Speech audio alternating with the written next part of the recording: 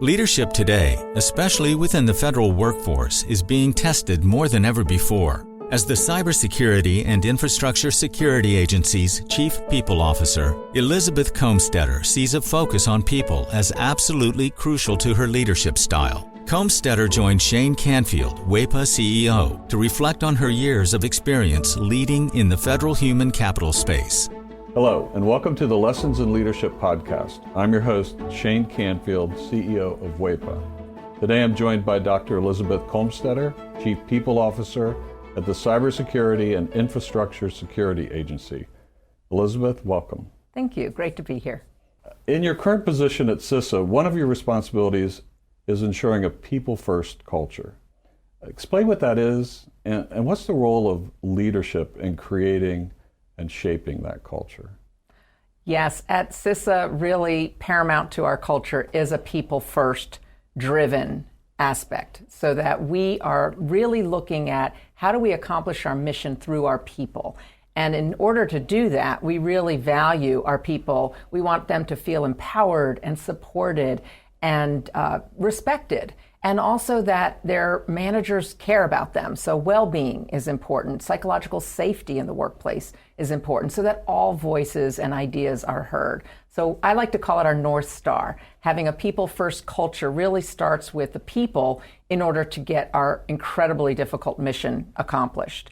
In terms of leadership, which is a great question, I think we all know that culture is really driven by leadership and the behaviors that we allow and we reinforce in our leaders. So we really work at making sure that our leaders are bringing out the best in their people every day. So again, that they feel they can bring their voice, especially an opinion that might not go along with the majority of a group, so that we get that diverse perspective, we get those different ideas and experiences.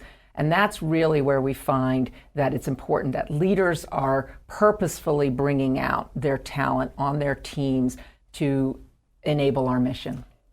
Yeah, excellent. We're going through a culture project at our work. Oh, great. Yeah, it's been 6 months in the making, and it's going really well, but it is work. Yes. And it requires from the top down. So I'm also involved in that. I hear you. Great. Throughout your career, you piloted many different talent management programs, including at NASA, the CIA, the FBI, just to name a few, and you have an amazing career. What have you learned, or how have you might have changed along the way in creating and leading those programs? Yes, and I am so honored to have had a career in public service across multiple federal agencies, always in the realm of human resources and workforce performance. And I think because I study organizations and people in them, I've come to realize, particularly in the federal government, that many of our programs are really grounded in the industrial era thinking, that this is organizationally structured in a hierarchy with boxes and lines on charts, with the center being around jobs and what do we need to get this job done in terms of skills and training. And what I found is that we're really not in the industrial era anymore, where we would promote the smartest people who knew that work, and they would then tell the people on their team how to do things and oversee that work. We're now in a digital era and the information era, where work gets done collaboratively across geographic boundaries and certainly across org charts. So we like to call it networks or hierarchies, and we really need to, again, unleash people so they can find those other people who are working on similar problems or have the right ideas.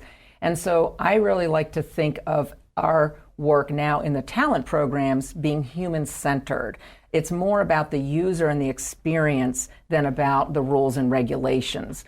So although we have to have rules and regulations, certainly in human resources, is that person experiencing what they need and getting what they need for their role at that time? So not so much on the job, but on the person. So for example, we're recruiting.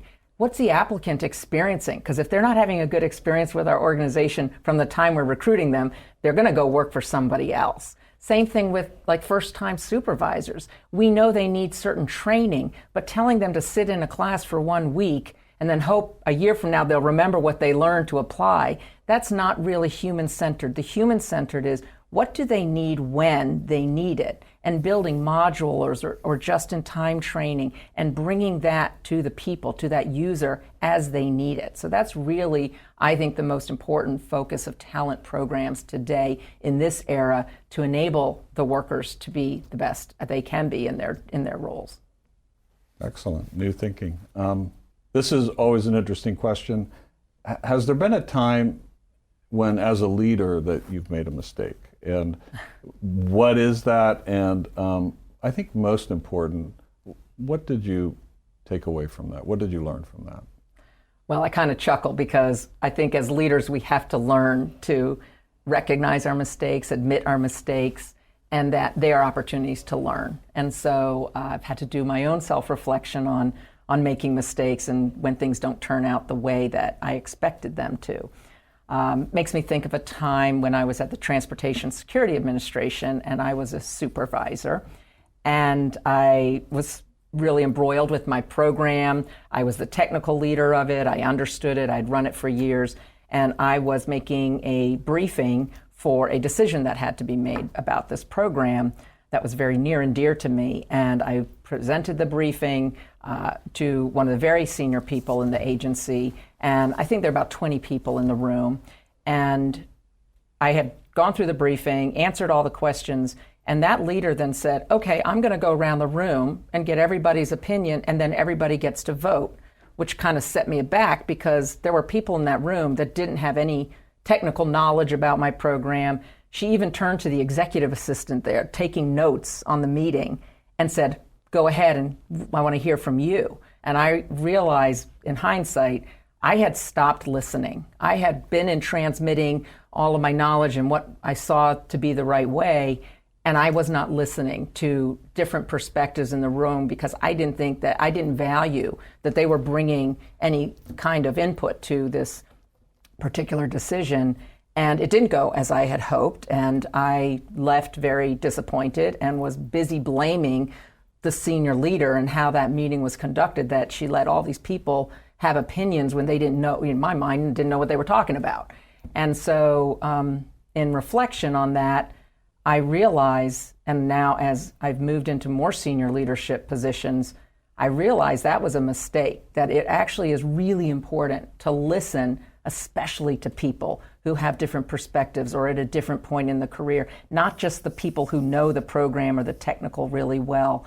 And so that was a mistake I made, and I realized in my own sense I wasn't listening to very different opinions, and I probably should have, because I would have learned more about what was needed for this program going forward than just leaving getting upset that it didn't go a certain way. So I've really practiced active listening. I've practiced making sure there's very different people on teams and certainly on committees or councils, that we need early careers, people new to the agency, people who haven't walked in the shoes of the technical workforce, because they're asking questions we need to hear for these programs to be successful. Excellent. Your career in talent management means your work is very closely tied to people. And even your title, Chief People Officer, what does that mean to you to be a leader in the federal system with that focus?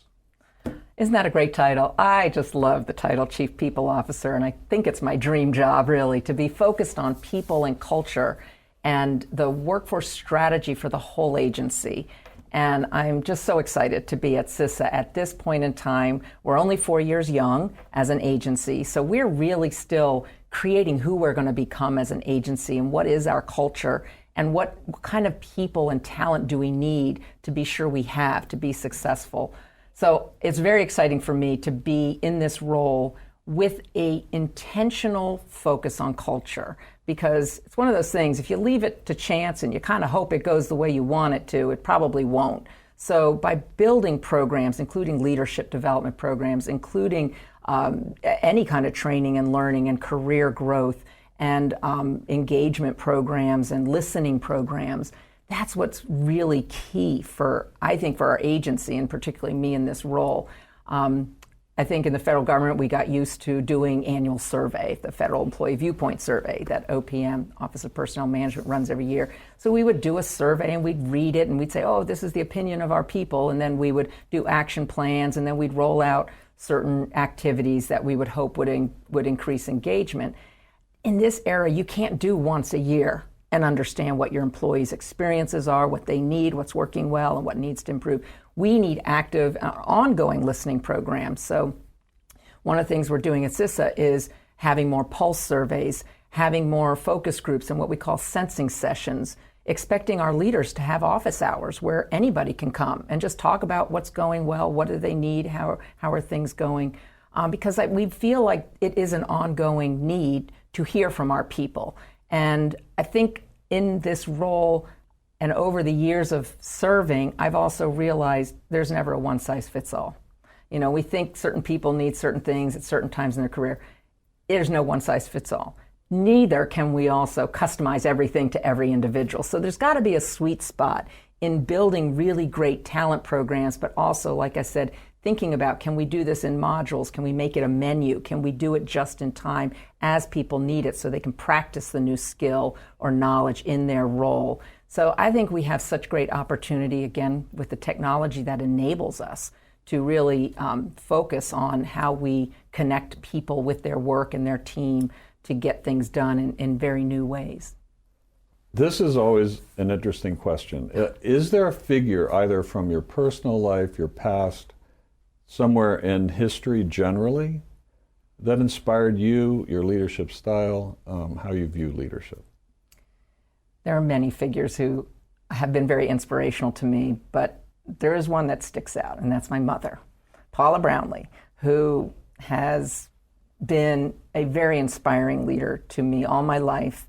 And I think because, first and foremost, she had a strong family and a strong career. And that's something I always wanted. And I saw her first as my mother, but then I also saw her as a leader in her career and in academia, which was her chosen field. But I always knew her family came first. And as I saw how she balanced different family needs with also a growing and more prominent career positions in leadership, that she had to balance that. And I think I learned from her that you can have both. You have to focus on different things through your career and through your life, but that you don't have to trade one for the other. I've been happily married for 32 years, and I'm a mother of twins who are almost 24 years old. And I've had a great career in public service. So I think that having her as a role model has really helped me find my own courage, find my own confidence, and find my own voice in how I can prioritize the things that are most important to me so that I can actually balance both family and career. And you're doing it well.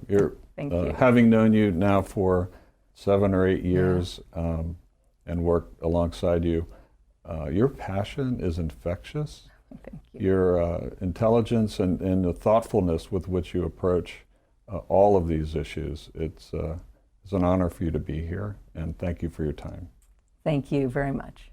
I'm Shane Canfield, CEO at WAEPA, and until next time, have a great day. Find the full podcast and future episodes of Lessons in Leadership on the Federal News Network app and anywhere you enjoy your podcasts.